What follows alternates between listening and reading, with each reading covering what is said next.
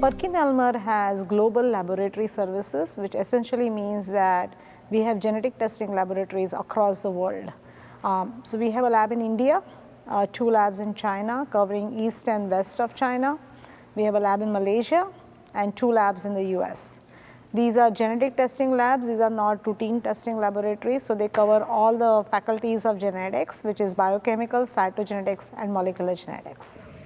Being a global lab services and also covering all the areas of genetics, we do biochemical genetics and cytogenetics, but we are trying to drive it through a lot of testing through next generation sequencing right now, which essentially means that molecular component of all the labs across the globe owned by Perkin Elmer is growing very fast. Challenges are at various levels, right? Next generation sequencing as it is a complex process. I think we have moved away from doing a standard PCR. So the challenges come from right from doing DNA extraction to automation to sequencing to actually getting consistent data for analysis and interpretation. The first part of it, which is DNA extraction, automation, is pretty much solved by Perkin Elmer automation because we do make our own robots. Sequencing is coming from the Illumina instruments. But the last piece of it, which is analysis and interpretation, is probably the most challenging, which requires consistency and robustness across the board to detect the complete spectrum of mutations in a gene. And by that I mean, anything from point mutations to copy number variation. You can divide data analysis into 3 pieces, which is primary, secondary, and tertiary. Primary is data coming off the sequencer. We got that piece sorted quite well in our lab.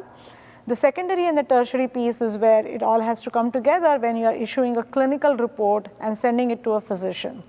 And what we have done is internally we have our own software, it's called ODIN, Order Data Interpretation Network, which actually gathers data from all our sites doing sequencing. And then it presents it to the lab director to do single nucleotide variation analysis and also doing copy number analysis. But the fundamental part of this process is actually doing gene curation. So looking where a gene is associated with disease, is causative of disease, curating the genes constantly because we do everything from a single gene to a whole genome. So knowing whether the gene causes disease or not, which is a curation process, which is a fundamental aspect of this, and then knowing what the mutation spectrum is, whether you're looking for a single nucleotide variation or a copy number variation. So we're sort of building up this variety of layers to bring it down to what the answer is for the patient.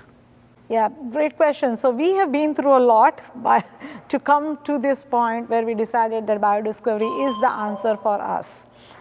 And what we ended up doing in the lab, as I mentioned, we have our primary and secondary analysis already set up. When we decided to look at copy number variation, there are 2 different paths we could have taken. One is look at a commercial tool or write it on our own, and we did both. We looked at a variety of commercially available softwares that could be used in a clinical laboratory. Now being a CLIA and a CAP certified laboratory, it is not just whether the software can detect what you want it to detect, but does it address all the levels of versioning, data protection. So it is not just evaluation of the quality of the detection, but there are multiple things here to look at. So we actually looked at everything on the market. We chose 3 tools to evaluate in our lab, and one of them was Biodiscovery NX. And that's how we sort of went through the validation process. We did a very extensive validation process before we decided that biodiscovery is for us. Even though we looked at doing this in-house, it was the right time for us when we came upon biodiscovery, and how biodiscovery has set up the software is exactly how I would have done it if I was writing my own program. And that's how we sort of decided that this is where we want to go.